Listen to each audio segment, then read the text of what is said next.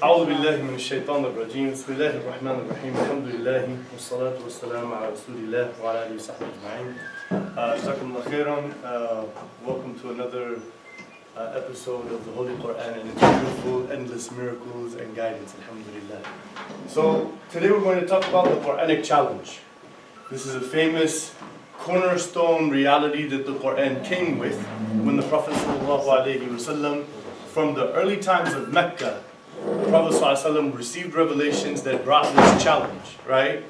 And so we're going to talk about the significance, because it's easy to just take it as something we learned and we say, but not necessarily considering the deep implications of this challenge now 14 centuries later. And then we'll go into the glad tidings of paradise, right? So we're now on وَإِن كُنتُمْ فِي رَيْبٍ مِمَّا نَزَّلْنَا عَلَى عَبْدِنَا فَأْتُوا بِسُورَةٍ مِّن مِثْلِهِ وَادْعُوا شُهَدَاءَكُمْ. We're going to stop at بِسُورَةٍ مِّن مِثْلِهِ, okay? So a quick run over the Arabic. Wa in Arabic, okay? Wa in this case, it literally does not have a meaning in English. Why? Because it's called waw al-istitnaf. It means, in Arabic, basically you begin a sentence with wa, which technically means and. In English, we see that as bad grammar, right? So you would not carry that, which is pure eloquence. It gives flow to Arabic, right? Arabic, it's seen as lofty eloquence to say wa wa wa at the beginning of all sentences, even if the subject matter is completely different, right? So we would not bring that one over. In kuntum. In Arabic is a conditional clause. In. If something happens, then something will happen. So you will have this one and then the command, okay, then do this. If that happens, then this should happen, right? Okay? And so, kuntum is the past tense, you were. You all were. Fi raybin. Fi is in. It's the prepositional phrase in. Rayb is doubt. Rayb is doubt. Right? How did the Quran begin? ذَلِكَ الْكِتَابِ لَا رَيْبَ فِيهِ. There's no doubt in it, right? So now he's addressing. Some of you are doubting. Some of you have doubts, right? So if you have doubts, mimma. So in Arabic, originally, this is min ma, right? But the Arabs decided long ago that they feel like saying min ma, the tongue and the mouth is too close together and it feels like what they call takalluf fil nutq. So they said, let's just cancel out the noon and nudghim, put the mim into the noon. So it's written mimma, which really doesn't mean anything in Arabic. It looks very strange. But because we know it's originally mimma, it's from that which. Nazzalna. We revealed time over time. We literally sent down. Nazala, to come down, right? Nazzala, to make it go down over and over, right? Anzala, to bring down in general, right?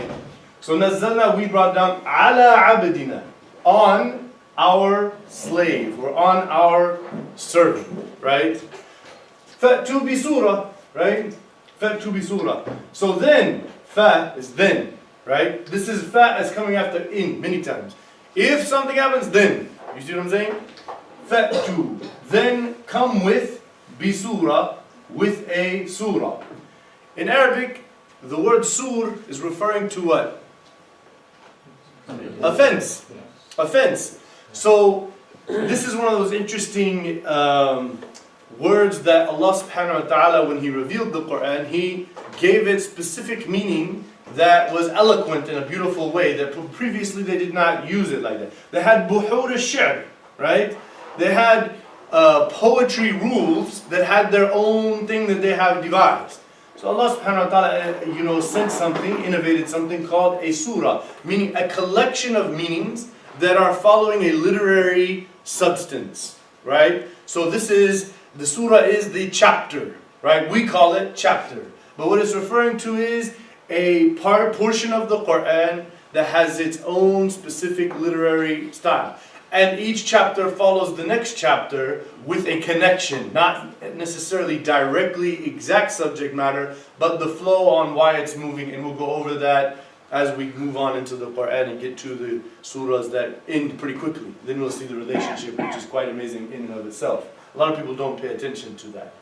We have a few great mufassirin, scholars of commentary, who clarified and showed the amazing connection between each surah. Min mithlihi, which from its likeness, right? So if we translate this literally, this is going to sound very strange. So the general translation we have here is, if you are in doubt concerning the revelation we have sent. Why is it we? Huh? The royal we. In ancient languages, even in Old English, the queen or the king would say, we the king of England, we the queen of England. It's a level of authority in which one can talk on behalf of all of the subjects, right? Everyone, right? So we here is the royal we. So to just understand why God in the Quran refers to himself as a we, as a he, and as an I. He uses all three pronouns to refer to himself. Our scholars have clarified which cases does he do that.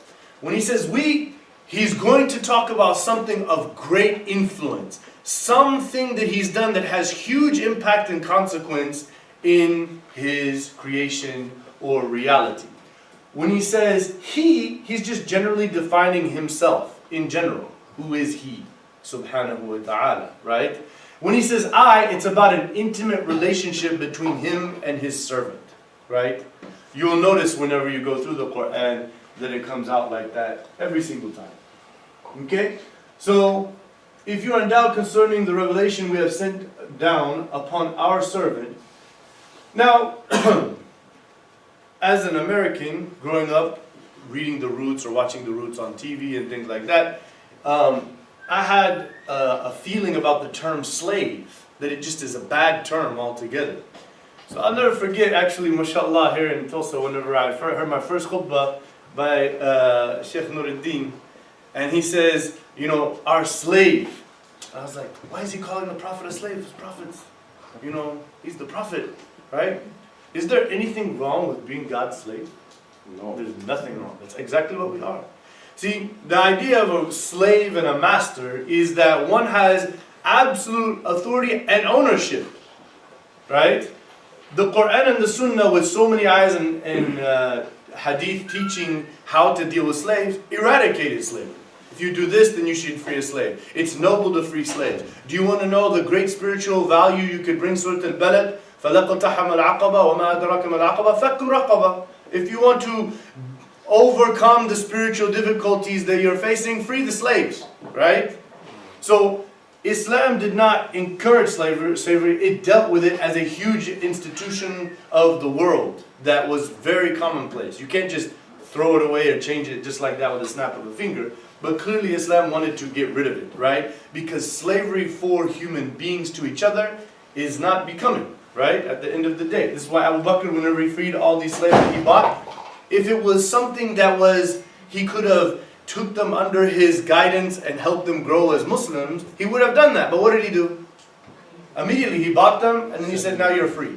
Basically, it seems as though he wasted his money, but he saw that as a noble way to spend his money, as the Prophet ﷺ and the Holy Quran taught him, right? So we are indeed the slaves of God. He created us, our soul, our bodies, everything that we have is His property. Lillahi ma fis samawati wa ma fil ard. Lillahi mulku samawati wal ard. His is the dominion over everything. If you have a feeling of that doesn't sound right, then we need to review our philosophy of faith and the reality of existence and where we fit into it, right? Okay, so this phrase here is clearly a challenge to the Arabs, right? Because it's talking in which language? Arabic, right? So we know that generally all the scholars pretty much are in agreement that there was a main challenge here to the Arabs. These people were very proud of their language. They had reached a level of, you know, to the extent that the term Ajami, you know what the term Ajami means? Non-Arab. Yeah, non-Arab. That's the way most people understand it. But the literal meaning of this word is الَّذِي لَا يُفْصِحْ فِي كَلَامِهِ أو لَا يُبَيِّن فِي كَلَامِهِ. I'm bringing you from an ancient dictionary that was written 1,000 years ago. The one who's not able to express themselves. Yeah. That's how the Arabs looked at it. They met people from, Africa, they met people from Syria, and the Roman sounding, the Greek sounding, and the Persian, and they said, these people, their language is no good, right?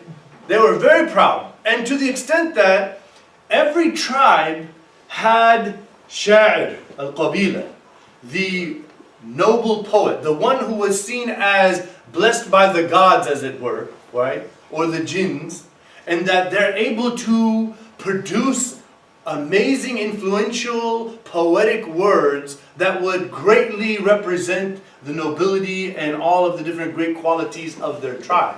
And that person would be sent to the marketplace, and they would preach, right?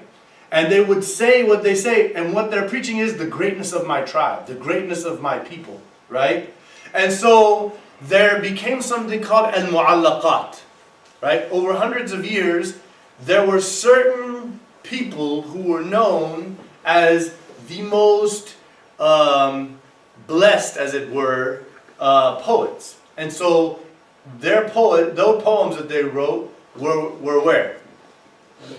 Attached to the side of the Kaaba, right? So if you went around the Kaaba, you would see a piece of leather hide with a whole thing written, or a piece of bark from the palm tree with all of this written on there. And people would memorize 1,000-line poems, right? Now what do you find when you go around the Kaaba?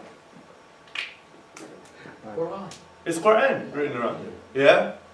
So we're starting to get to the challenge and how significant it is. I hope you're following me what I'm talking about here.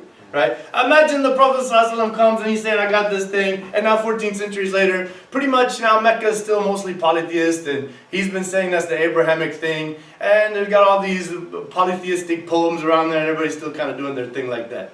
How strong would you feel about your faith? You wouldn't be sitting here right now, right? We're talking about some serious, real historical fact as to the evidence that Islam is indeed, because it goes back to the person that it was sent to. We'll continue on that in just a moment. So, it is a challenge to anyone who doubts its source, right? So it says, okay, I don't think this Quran is from God. So therefore, I'm going to, bring forth some sort of Arabic, poetic something and try to convince people. Has that happened? No. Yes. People have tried. Many people have tried. So in the time of the Prophet ﷺ, there were various people, Musaylim al-Kadhab, Aswad al-Ansi, and others, who said, I'm a prophet and here's my Quran and stuff like this, right? What happened to them? Most of you don't even know who they are, right? And so there was a famous guy in the Abbasid Caliphate, some 300-400 years after the Prophet ﷺ. He called himself a prophet. He was called Al-Mutanabbi. When you study Arabic poetry and its history, one of the most interesting and amazing writings is that of Al-Mutanabbi.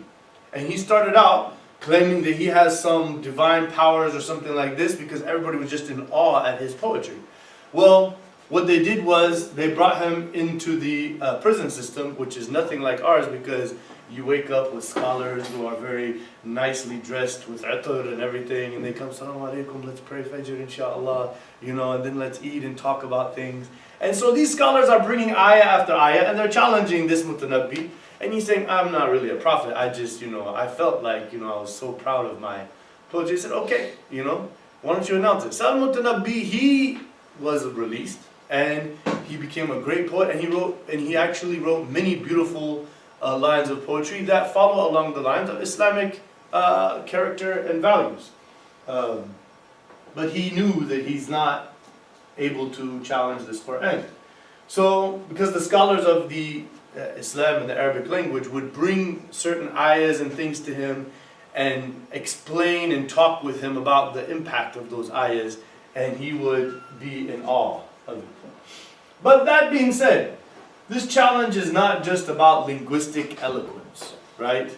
It doesn't. Does the Quran say, فَأْتُوا بِسُورَةٍ عَلَى بَلَاغَتِهِ? Does it say like that? So bring a chapter that's like it in linguistic eloquence. It does not say that. That is a very common interpretation or commentary on what this thing is about. At the end of the day, it's saying, bring something like it. Now, what is the Quran? What is it? It is a book of, the beginning of Surah Al-Baqarah, it is a book of guidance. See, even nowadays, when you go around to much of the Muslim world, what's the most important thing? Memorize it and recite it beautifully. Right? It's a book of guidance. That's what it is. It should be embraced and engaged as such. That's how it should be. Right? So, it is indeed a challenge from a legal standpoint, because it is a book of divine law. If it is divine law, then it should have the best system of governance. Right? This might be a dangerous talk to give in a Trump administration. Right? But it's the truth. Right? And one of the beautiful things in our law is it says, أَوْفُوا بِالْعُقُودِ الَّذِينَ يَصِلُونَ مَا أَمَرَ اللَّهُ بِهِ. We are obligated by this divine law as a minority group living here in America to respect and honor the laws of the nation that we have agreed to be citizens of as minorities. That's part of the law. It respects the majority, which is a, what kind of seemingly thing? Democratic. You see what I'm saying? And was there a thing called democracy back then? No. Huh? How about the ayahs that say, وَشَاوِرْهُمْ فِي الْأَمْرِ, commanding the ruler to consult with the subjects before making a ruling. وَأَمْرُهُمْ شُورَى بَيْنَهُمْ. And the affair of the believers in governing their affairs is that they consult each other and take a moral majority before taking a decision. Right? What do we call that nowadays? Democracy. Democracy. So who, when you say, this was the first one to talk about it, then these people talked about it, right? Which one's better? So who took from who is the question. Did Muhammad ﷺ jump in a time machine? Okay, I'm going to figure out some great systems of governance in the future, and then come back and then reveal it to them as, which one sounds more absurd? Right. So, that's one thing, the legal system. Now I'll give you an example that I gave earlier in the week. It's a real example. In our system of governance here in America, we have this idea of cruel and unusual punishment, which, by the way, Islam also does have that concept, right? But in our law, they would consider that if someone stole something, right, of reasonable value, that if you chopped their hand off, that would be barbaric, cruel, and unusual punishment, wouldn't it? That is the American understanding, European understanding, correct? Now let me tell you about the facts, okay? Not my religious, bias. These are the facts, no question about it. Our prison system here in America, which is mostly privatized nowadays and billions of dollars, and very loosely concerned about rehabilitating people as it is about getting as many people in there, making as much money out of each bed that they can, right? You can go study these facts, well documented, well discussed on Capitol Hill and so forth, but lobbying of these billion-dollar corporations for privatized jail system is what makes it stay the way it is, right? So here's how it works. I used to know guys from before I was a Muslim, and now you're going to see that I was not all that great of a person before I was Muslim. And so they would go to jail for jacking people's cars or robbing their house or whatever. And usually it'd be like, 9 months, 12 months, 15 months. You know what? Almost every time that I noticed this happen, guy would come out of jail and be like, oh, in the joint, man, I met Tyrone. And Tyrone got this plan, we fixing to go to X, Y. So what happens is criminals in our jail system, they become more hardened criminals.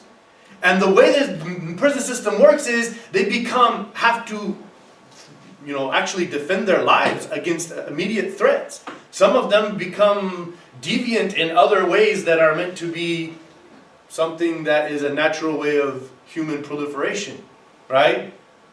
All kind of terrible things are happening there. Then they come out and they do more crimes. The recidivism, the people who come out of jail ended up going back because they keep doing that, is like 60-70%. Right? So what's cruel and unusual punishment? Right? If somebody knew, if Bernie Madoff, let's just put it this way. You know Bernie Madoff. You guys know Bernie Madoff? He's a very rich business guy who figured out a Ponzi scheme. How can he convince people he's investing into something that's bringing them big returns, and then he's just scamming millions and millions of dollars out of it, right? If Bernie Madoff knew, if I get caught at this, I'm going to lose my hand, you think he would think twice? Yeah. I know the guys I used to know. If they knew, like I know a guy that one time, he was trying to work with a guy doing something, and he was trying to do some ways to make money in illicit ways, but he wasn't able to make any money. So he was like, you know what, I think I'm just going to go do something crazy this weekend, and then I'll go to jail. You know what he said? He said, in jail, I get free meals across the clock. I get a 100% all-day gym pass. I can get buff in the jail, free, on the taxpayers' money, right? This is his thinking. You know how many people probably think like that? A lot of them. Things are not going well. You know, do something crazy. Maybe I'll come up and make a lot of money and I won't get caught. Or if I get caught, I get to go to jail and it's free. I don't got nothing working for me right now anyways. So when we define cruel and unusual punishment, right, we're just making idealistic utopian statements, right? There's a lot that needs to be done until the American criminal justice system is functioning at an ideal rate, which means people are being rehabilitated from their crimes. So from a legal standpoint, I guarantee you anything you look at in the Quran. Let me just throw at you some points. So the concept of, habeas corpus, for example, the Quran makes so much so many points about the requirement of evidence when someone is being accused. The requirement of honest, trustworthy, respectable witnesses that we have to take. So most of the world, how is it functioning? If I'm the king or if I'm the ruler and I decide you're guilty and my buddy, my crony says you're guilty, you're guilty. If you're not in my upper echelon group, there is no justice system for you. We said you're guilty. That's it. Right? That was in the Christian world, that was in the Jewish world, that was in everywhere across the world, was a very unjust system. The Quran came with so many things that are considered, modern advancements. And there is an active movement within the curriculum writing of world history to try to just pick out some points about wars that happen and define the whole Muslim community as just a bunch of warmongers, right? When in fact, when you study our history, there are non-Muslim historians who have written whole theses and books on how Europe's enlightenment was built on the backs of things they learned from Spain Muslims and Baghdad Iraqi Muslims, right? This is stuff that you can find from non-Muslims. They're not Muslim, they haven't become Muslim, they're just objective historians looking at the facts. Then you'll see many others who are clearly writing from a nationalist, Christian, Judeo-Christian, defensive mindset of making us right and them wrong and trying to hide facts, right? So when we look at the Quran, we will see an amazing system of law. Now let me ask you a question. Right now, when you think of Islamic law, what do you think of? Be honest. Okay, Sharia, just an Arabic word for Islamic law. Like, what do you think of? Now give me... Stoning. Oppression. Okay, give me names of organizations or people or states. Saudi Arabia, Taliban, Boko Haram, ISIS, Al-Shabaab, right? That's what you're thinking. I'm here to tell you that if you thought those are following Islamic law to any reasonable extent, you're wrong. They have a huge confusion on Islamic law and a major priority issue, as well as just an outright, power-hungry trip that they're on, which is more of a political. They found themselves in a politically, socioeconomic, unfavorable reality, so then they latched on to a very harsh usage of God on our side and our power with it, and they totally forgot the seerah of the Prophet ﷺ and so many examples of the Quran and the Sunnah that would show that they are very wrong. So, from spirituality standpoint, like right now, I'm sure you all have heard of self-help books, right? They have all these self-help books, right? MashaAllah, one of the famous ones is called How to Win Friends and Influence People by Dale Carnegie, right? This book has sold tens of millions of copies in languages all over the earth, right? Dale Carnegie was a guy in the 1930s and 40s who he said, you know what, I'm going to go around like as a journalist, fact finder, and I'm going to talk to some of the most influential people, the most successful business and politician people, people who have clearly outclassed everyone and reached the top where they're at. And I'm going to talk about them on their philosophy of life and the things that led to their success and people rallying around them and trusting them and supporting them and so forth, right? So he wrote his book. There's a Muslim brother, I can't remember the name of his book, but it's basically, he just picked that book apart, the cliff notes of it, and then he quoted ayahs and hadith all the way through it, and you'll find it's all there. Every main point that they over a decade of research to what makes somebody succeed and become, powerful in the world, right? They found examples from the Prophet ﷺ, the Holy Quran, on this, right? So now, when we get back to thinking who is the one that we're getting this from, that will help us to understand the seriousness of this. Truth. So, when you study books, you will find half-truths and blatant falsehoods, right? Any book. There is the Jehovah's Witness organization, is a well-known modern Christian reform movement. They go knocking on doors, they have the kingdom halls all over the place. Prince was a famous convert and became a very cultish-like figure and that. And so they have a whole book written that 5,000 errors in the Bible, right?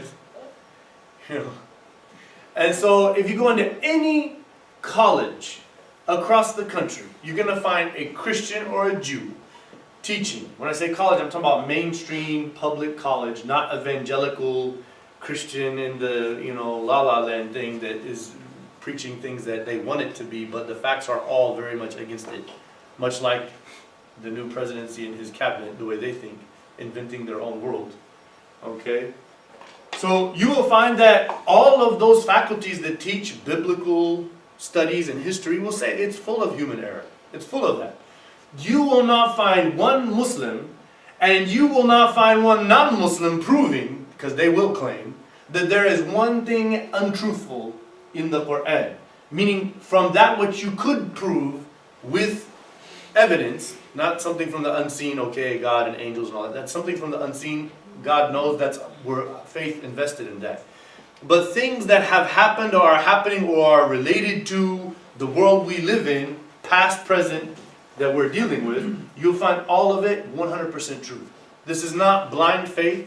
This is a source of so many scientists choosing to become Muslim simply because in their mind they had read biblical reference and saw so many discrepancies with scientific facts that they said, well, religion is just something that people put together an old holy book and it has some good values, but I can't put my ultimate faith in this book, right? Which at the end of a debate between Zakir Naik and Keith, what was his name? I can't remember the guy's name. But he was an Orientalist who lived in Morocco for like 10 years, studying Arabic and studying Islam and all of this. Christian guy. He's a missionary. At the end of their debate, it was very clear, right? The debate was the Bible and the Quran in the light of science, right? And so it was very overwhelmingly proven, the case for the Quran. And he didn't try to make any case for the Bible because he knew it was a futile task. But he tried to make some cases against the Quran. Each point was refuted with very clear evidence and logic and rational thought that anyone would see.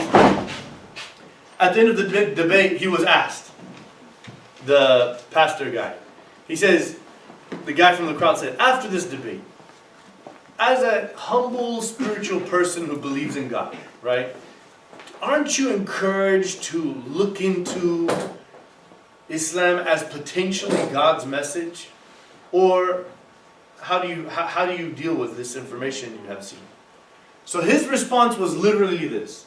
His response was, I will admit that it seems pretty strong case was made that there is no scientific errors in the Quran, and there are some pretty fantastic statements there that seem to be long before its time. I'll admit that there is no contradiction that I can prove in the Quran. But at the end of the day, as a Christian, he said, my faith is not in a book. It's not in the Bible.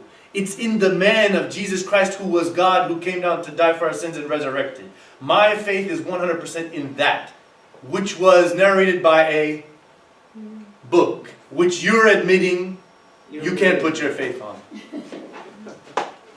The crumbling argument. So, this is one of the miracles of the Quran. Okay? Its influence. I think this is the biggest miracle of the Quran. The influence of it. The sheer impact that it has had on world history. Right? We're talking about a man who was not known, sallallahu alaihi wasallam, to learn from poets. Nobody ever accused him that he sat with poets and learned poetry. And there was a clear difference between someone who was raised to be literate, like an Umar or an Uthman or others in society, right? Walid ibn al-Mughira, right? Those that from childhood, their parents were like, he's going to be a poet. Like, he's going to represent our tribe with the magical blessings of the gods or the whatever in his ability to bring poetry, right? Muhammad sallallahu alaihi wasallam, poor orphan guy, you know, he was told to watch after the goats and the sheep, which is a very humble trade that most people from a wealthy family would never accept. The brats coming from other sides of his family would have said, Baba, what are you talking about? I'm not going to go in this, place where all of this filthy stuff is and worry about these sheep all day, right? Then he was trained to go on the caravans and learn how to do business and trade, right? He was never known to be a poet, right? Number two, he was never known to be a criminal or a crooked guy. Nobody accused him. Actually, they admitted, like when he began his mission, how did he do it? He said, guys, meet me at Safa. Okay? I just have to tell you something. Okay. What did they do? 2 or 3 people showed up, Everyone! Meaning what? What do they think about him? We want to hear what he has to say. This is somebody we respect, right? So they all came. All the tribal heads and everything. You got, a good crowd of people around Safa. He's standing on top of Safa. He said, okay guys, I just want to begin with this question. If I told you that over the mountain here, there's a whole army on horses coming after us, what would you do? They said, we would get scared and be prepared because مَا جَرَّبْنَا عَلَيْكَ كَذِبًا. We never knew you to lie to us. He knows that about himself, and he knows that what he's about to tell them is going to be something very hard to swallow. So he's using that part that they are all admitting with their mouths at this moment about him to prove that why would all of a sudden, after living 40 years of my life, not lying to people and being an honest, trustworthy person, make up some ridiculous, fantastic lie that I'm a prophet of God, right? Why would I do that, right? Doesn't make any sense, right? And then he told them, I was sent to warn you that our souls, we're responsible for our actions and will be resurrected and be in front of God on the day of judgment. At which point his uncle cursed him and said, this is ridiculous. So the miracle of it is vast and has many facets and aspects. When we talk about the influence of it, we're talking about 14 centuries later, right? Okay. So all prophets, the Prophet ﷺ, this is a hadith in Bukhari. All prophets were given miracles that led their people to believe, right? If some guy comes and says, I was sent by God, you're going to be like, yeah, right, But then this person does some fantastic miracle that touches them in a way, and they're like, this is not the work of a human being. No human could do that, right? Now, when you're talking about miracles of Abraham going in the fire and coming out, and when you're talking about Moses and the staff and becoming a snake, and then overcoming all the sorcerers and them following, and the parting of the seas, and Jesus coming, and the lepers, and the blind people, and the dead guy, you're like, well, that is clearly supernatural stuff, right? Somebody might say, how can you prove a book's a miracle? Well, we've been talking about that now for about 15 minutes, right? But I think it comes down to this. 14 centuries later, right? Because at the end, what did he say? I was given this revelation that Allah revealed to me, and I hope that I'll have the most followers on the Day of Judgment, right? Now, when he said this statement, right, which was a statement made, earlier in the time, it was a prophecy, wasn't it? Like, did he know for sure that we'd all be sitting here today across the ocean learning this? No, he did not know that, sallallahu alayhi wa sallam. For all we know, some people, the Quraysh come with an army and destroy them all in Ahzab a few years later, and then the whole thing's done, right? But he said, I hope that I will be the one with the most followers.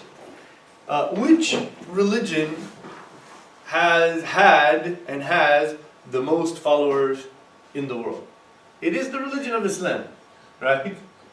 See, right now, when they do censuses in Europe, do you think they have a way, or that they do because they're a secular society, like nowadays, when you got your census, did it say, mark your religion? Did it? No. They check by your name. This is Muslim name. That's how they try to figure that out, right? And there are some Muslims who lost their way, and they're not Muslim, but they have this name, so they're going to count them as Muslim. Do you know how many people have become secular, atheist, agnostic from the Christian name group in Europe and America? Millions upon millions. This is, over the last 30 years, that has become a huge campaign. I'm going to say probably the strongest da'wah movement is probably after the evangelical Christians. We have to give them their respect. They're working very hard. Okay? But after that, it's the atheist people. I mean, I was watching Bill Maher. Well, I don't know why I'm watching this guy. Okay? But he said, yeah, maybe with this we can gain some new atheists. Like he said something like, we'll earn some new converts to atheism. What do you mean convert to atheism? What are you talking about? Right? This is how they think. They're an aggressive missionary group. It's the worship of the human brain. That is their God. They won't admit it, but that's really what they're worshiping. Right? So, 14 centuries later, all over the world, people are Muslim. And look, let me just make this point to you. Okay? I knew people in Jahiliyyah that they thought it was like funny to take, because many Bibles, they want to save money, so they have that very thin paper, right? Which is just like the paper they use to roll cigarettes. So I knew guys that used to take the paper out of the Bible and roll up marijuana joints.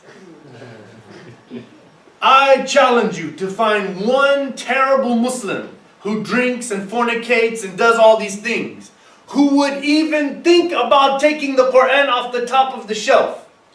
Much less ever even fathom of doing something like that with the Holy Quran.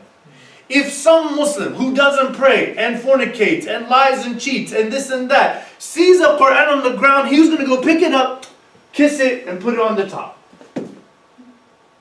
That is a testimony to the power of this book.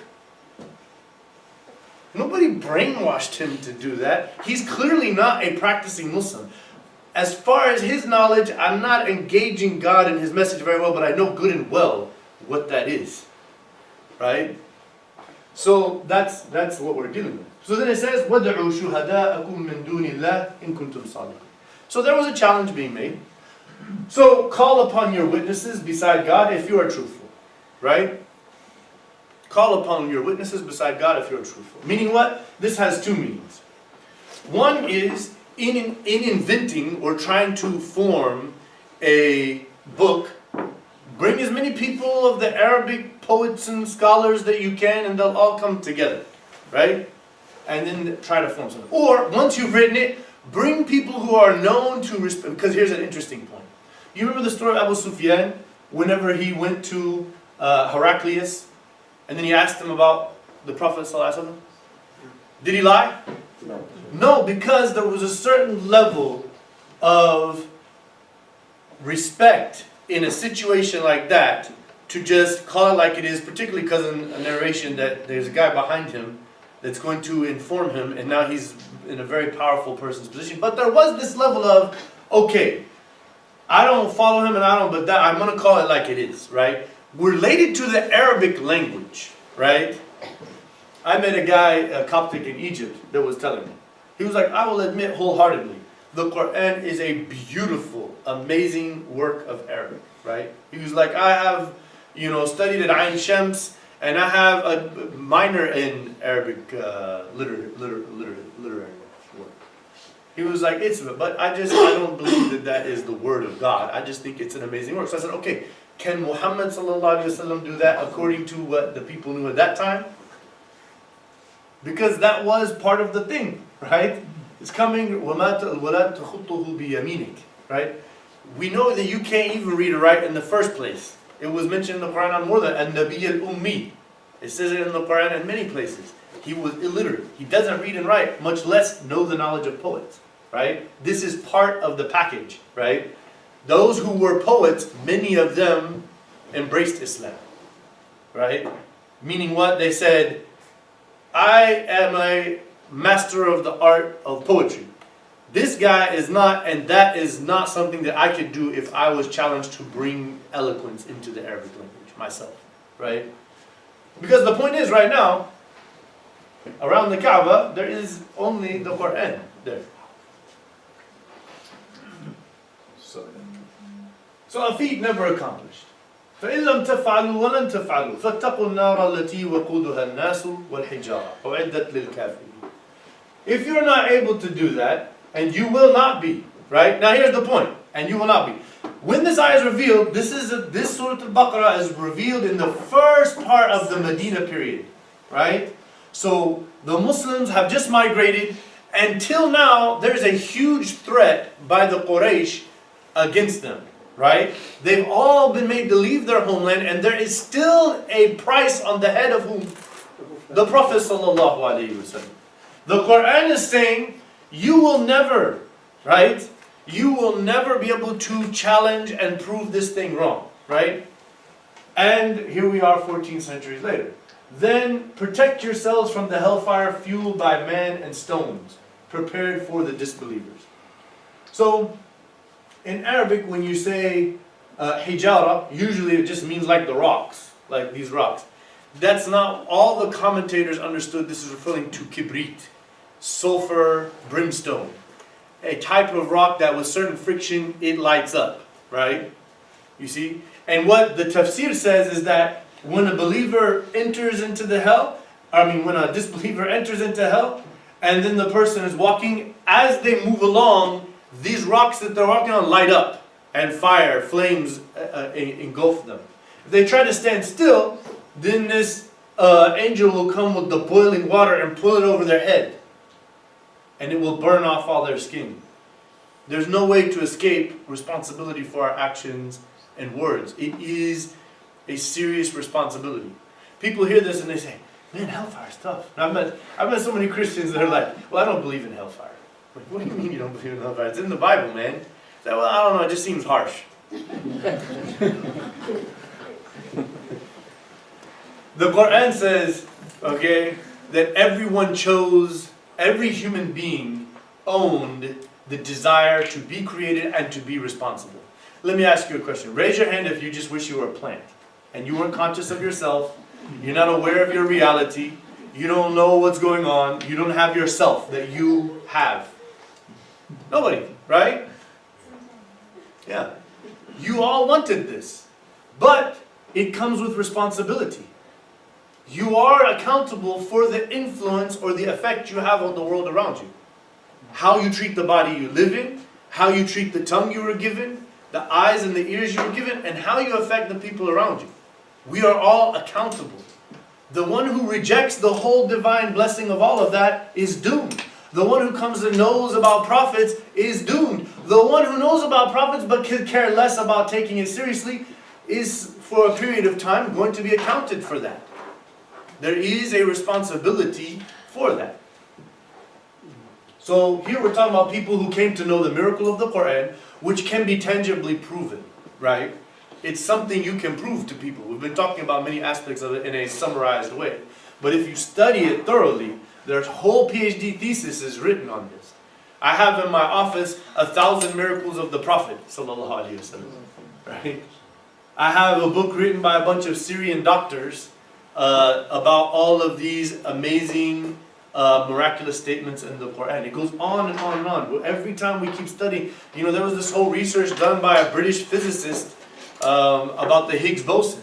How when Allah talked about on the Day of Judgment that a mountain will just go to dust like that, like this, right? Well, if you study what this Higgs boson is, it's the component between matter and gravity, which is making things the way they are.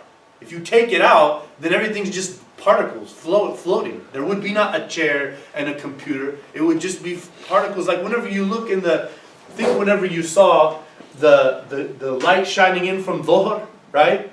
And then you saw those little particles in it. That's how everything would be if there was no Higgs boson. When the Quran talks about the Day of Judgment, it's as though the Higgs boson is removed from everything. And what do they call that particle? The God particle. He's the one that controls it. He's the one that's why he's called Al-Musawwir, the one who gives things their shape. Right? So when we go deep into it, Islam as a revelation base has a very rational sense of understanding things in a deep way. All of the religions is a very blind faith kind of thing, right? We have a very solid foundational system by which we believe in certainty, right? So, kafir is originally a term that is referring to ingratitude. Like, so the shakir is the one who realizes somebody's done something valuable and they're like, I appreciate that. The kafir is the one that says, I don't care, I don't need you, right? That's the kufran al-ni'mah, right? Also, the root of the word, like the English word cover. Listen, cover, and then here's the Arabic, kafara. You heard that? Which one came first? English is less than 1,000 years old. It's actually technically 700-800 years. It's a Germanic Latin mixture, right? It evolved, right? So we took a lot of words from the ancient Arabic, right? Because of the Islamic intellectual renaissance, lots of words were used all over Europe, coming from France and the Baltic states. So that's rejecting God. To suppress, to cover over something that is innately built inside of you. That God is one and the ultimate absolute truth of existence. And I am a simple speck of dust of His mercy. And I'm consciously grateful for giving me this opportunity to be His slave servant. Right? That is built in there. But then the selfish one who wants what they want for their self. They want for their worldly interests. Not really serving the divine, but they have certain worldly interests. They will reject that. They will suppress that. They will cover over that to serve the interests that are in their mind. So the fact that Prophet ﷺ was illiterate, it just makes all this whole point. We touched on that point a few times.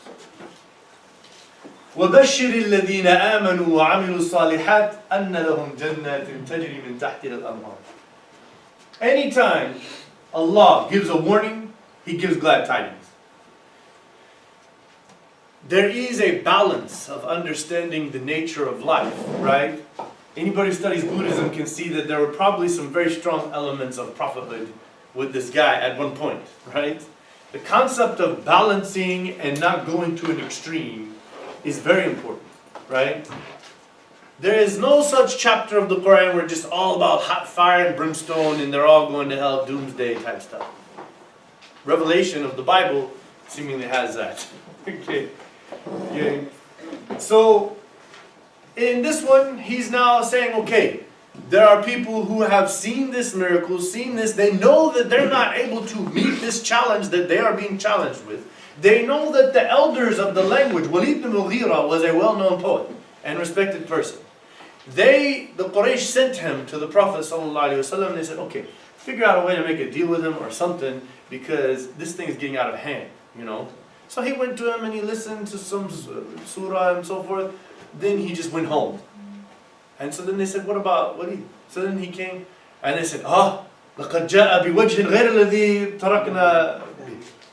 He has come with a different face than the one he left with. Right? They all said, the sorcery has been put on him. It's not sorcery. Prophet ﷺ, again, was never known to hang around magician, black magic, sorcerers. Those people existed. Those people were there. It was an interesting society they had. Very weird, okay? So some movie or something like that. And yet he never was around those people. How could he know these things? How could he be doing these things? Nobody ever knew him or accused him of doing that, right? So, he gives glad tidings here, Azza wa Jal, to those who believe in work righteousness. This is a very important point, work righteousness. Faith and religion should be seen as something you must work at. Just like if you're going to school to get a degree, or you go to a job to earn money. You know and expect, as a normal person, that I'm going to have to work and it's going to take effort and growing and developing. That's why they have sabbaticals and they have seminars and training that you have to go through, even after you get your job. Because it's not good enough. You have to keep growing, keep learning, keep understanding. Faith, if it's not treated that way, then you have been overpowered by secularism.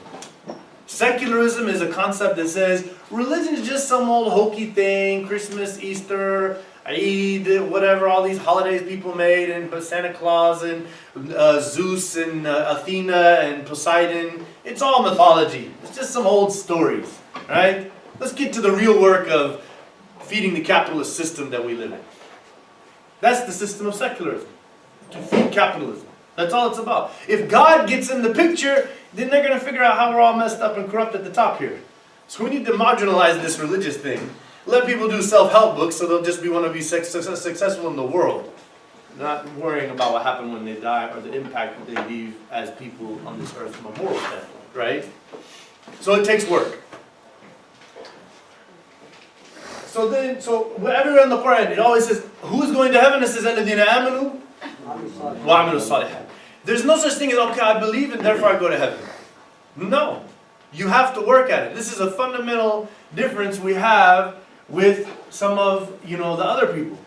As long as I say I believe this, then I go to heaven, I have a free ticket.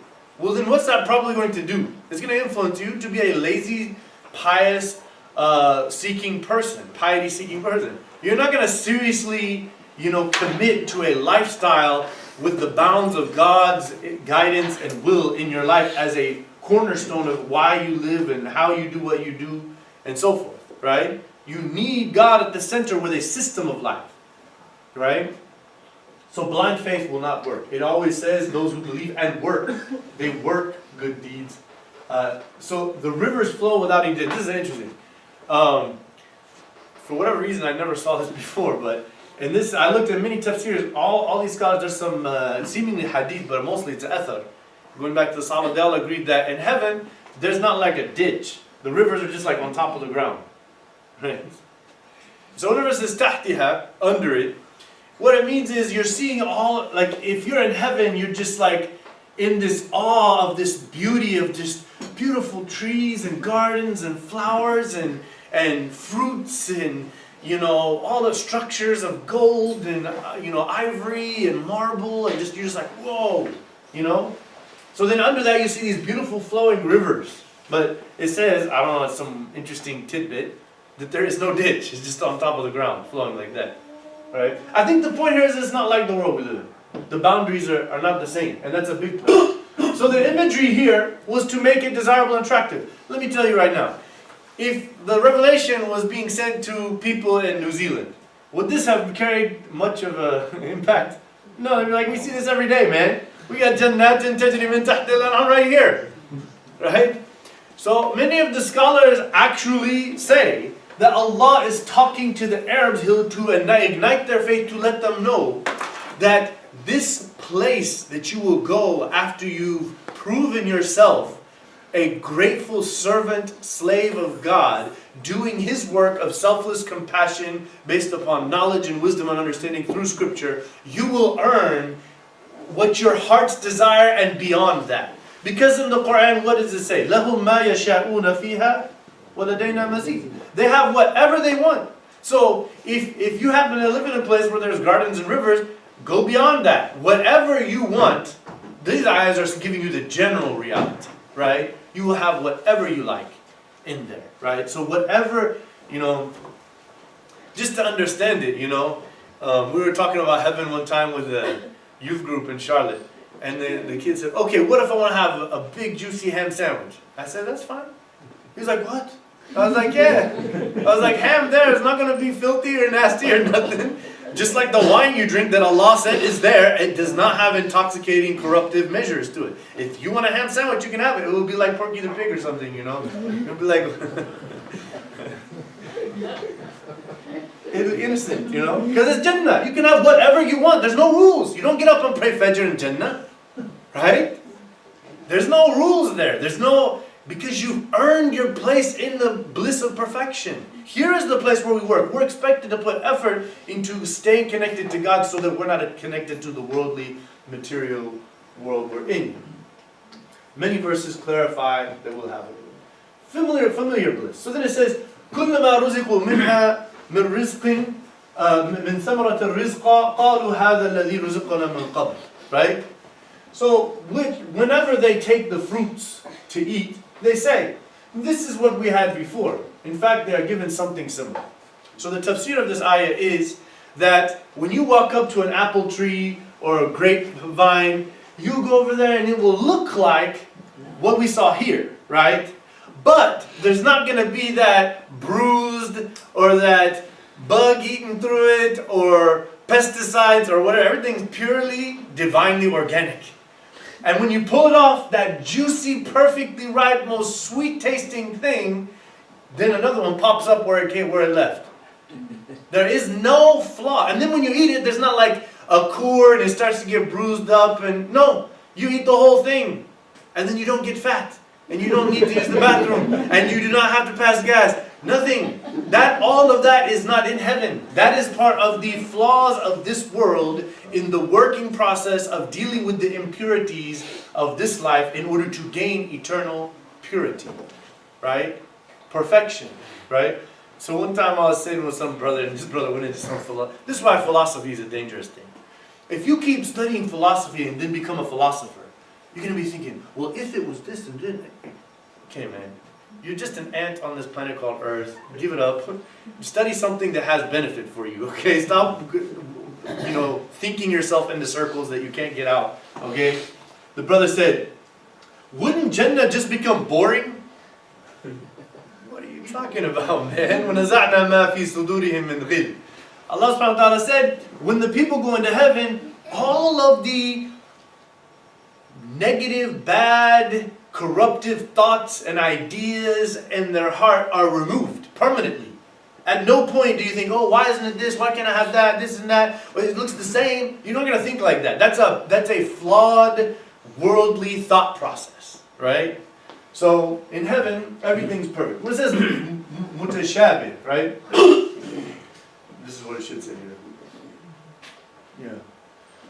So it says, there will be no bad bruise, okay? All will be perfect, okay? There will be no need to discard anything. You will never get full or used to it. Yeah, that's what we say. Okay. وَلَهُمْ فِيهَا أَزْوَاجٌ مُطَهَّرَةٌ. The sisters, for some reason, take this ayah in a strange way. Okay? But yeah, actually, if you study it, the literal meaning here is, they will have pure spouses as they dwell in eternity. The first tafsir of this is that you're like, most of you are married, right? And all of you, inshallah, will be married at some point. As you go through a married life, it's normal. You have ups and downs, you have certain, you get in these portions of time when you think about the other one in a certain way, and, maybe as we get older, we're not so attractive as we were one time, or whatever. In heaven, as long as you stuck it out, and commit in your commitment to Allah subhanahu wa ta'ala in your marriage, then you will both be perfectly pure and perfectly beautiful, exactly as you want, in the ideal thing. Everything about each other, you will just be. So, many people think this is just talking about Hur al-Ain. Actually, most of the tafsir is referring to as, in general, when you go there, your wife or husband will be pure, and there will be no flaws, there will be no mental, physical, emotional, none of those things. Everything will be perfect there, right? The word azwaj in Arabic means groups of pairs, right? In the Quran, Allah subhanahu wa ta'ala referred to plants as azwaj. For this reason, some of the deeper linguistic scholars said, because of the generality of the text, that people will have companions in general, male, female, whatever, in heaven that will all be pure. Meaning this is just referring to the purity of the people of heaven. As the Prophet ﷺ said, as we said before, you don't get sick in heaven, you don't use the restroom, you don't need sleep, all of these things are not in heaven, right? So now when we get to that point about something that is a part of heaven known called Hurun Ain, right? Because what about the 72 virgins? That's the gotcha question, isn't it? What about those 72 virgins? What are you going to say now, right? I've got you. This is ridiculous, immoral stuff. Your religion is junk. This is how they will get you, right? There's no gotcha question here. Here's the point. Number one, I've heard many scholars in Egypt and in Kuwait, when asked about wildanun mukhalladun, that because Allah said lahum ma yasha'una fiha wa ladayna mazid, when Allah said there are young, and the description of these young men who are serving is like these guys with the leaf that you see in some of these imaginary programs that they've had. If she wants to have some sort of a sensual, loving relationship with that guy, your wife, there's nothing wrong with that, and she can. And you will not get jealous, and you will not feel like that. And when you think about what is in heaven, the carnal, animalistic nature to the relationships, from a physical standpoint, if y'all catch my drift, is not the same. Fluids, what it means, what its intention is, what's the purpose of it. You don't need procreation there. If you say, I want a kid, you can have a kid. Give me a kid. There's my kid. MashaAllah, look at this baby. I got a baby. I have a baby. You know what I'm saying? There's no rule of law binding you in heaven, right? So whatever this physical relationship is, it is not like this world. It is not filthy. It is not impure in any way. It is a loving of people of heaven, right? That's what it is. And so there's nothing wrong with it from either way. Yeah. Whenever you're talking about all the negativities of a person will be taken out. Yeah. And they won't feel like there's anything wrong with anything. Why would they have to feel that there's anything wrong? It's heaven. Exactly. That's the point. When you're in heaven, there is nothing filthy, bad. There's no feelings. There's no flaws. Nothing is. So when you start to judge the things that happen in heaven by the things that happen on earth, you have done a fundamentally un-Islamic thing. You have gone against what Islam teaches. So whenever it says وَأُتُوا بِهِ مُتَشَابِهًا, the consensus of tafsir on this one is things will look and seem similar to what you saw in this life, but surely they are not like that, because there everything is perfect. And here things are flawed and have certain laws and systems governing them, right? That in many cases are problematic. So once the people enter heaven and hell, Allah will send a caller. It says, وَهُمْ فِيهَا خَالِدُونَ, and they are eternal in there, right? So then it will say, the angel will say to the people of heaven, live forever eternity, no death after today. And those who have rejected God and His prophets and worked against them and totally were against the message of God in life, those people will live eternally in the hellfire. Now, that being said, which is the vast majority of scholars of our traditional orthodoxy, some great scholars like Ibn Taymiyyah and Ibn Qayyim, they said, for the people of hell, there is an end, right? And they relied on some texts, right? Fiha ahqaba, in one of they are there for periods of time, right? And then it says, مَدَامَتِ السَّمَاوَاتُ وَالْأَرْضُ إِلَّا مَا شَاءَ رَبُّكَ. So they brought some evidences, but really one of the points that they're making, they're saying logically, right? They're saying Allah is just. They're saying, okay, Allah is just. So somebody within a limited point of time, right, committed a crime against God, a grave, rebellious, arrogant crime against God. So they were within an amount of time. How could they be punished for eternity for something they only did for a period of time? You see? So that's their argument. The vast majority of scholars are going to say, here's this hadith, which is in Bukhari and Muslim right here. Right? They're going to say, it says here, and in the Quran, so many places, خَالِدِينَ فِيهَا, they will be there forever. And then some places, abada, eternally. Right? So we should not ever gamble on a seemingly strange opinion that, well, maybe if I don't pray or do this and that, I'll just be expunged from heaven. I'm going to expunged from hell, right? Why would you think like that? Number one, why would you, if you know anything about hell, would you want to be there for a second? No, right? And number two, you all wanted to be here in the first place. Why would you want to be destroyed and be ended in the end anyways, right? So that's why we just stick with the guidance as we see it and the prophethood as we know it, and then inshallah we will all be in Jannah for eternity. Jazakumullahu khairan. Subhanakallah bihamdik.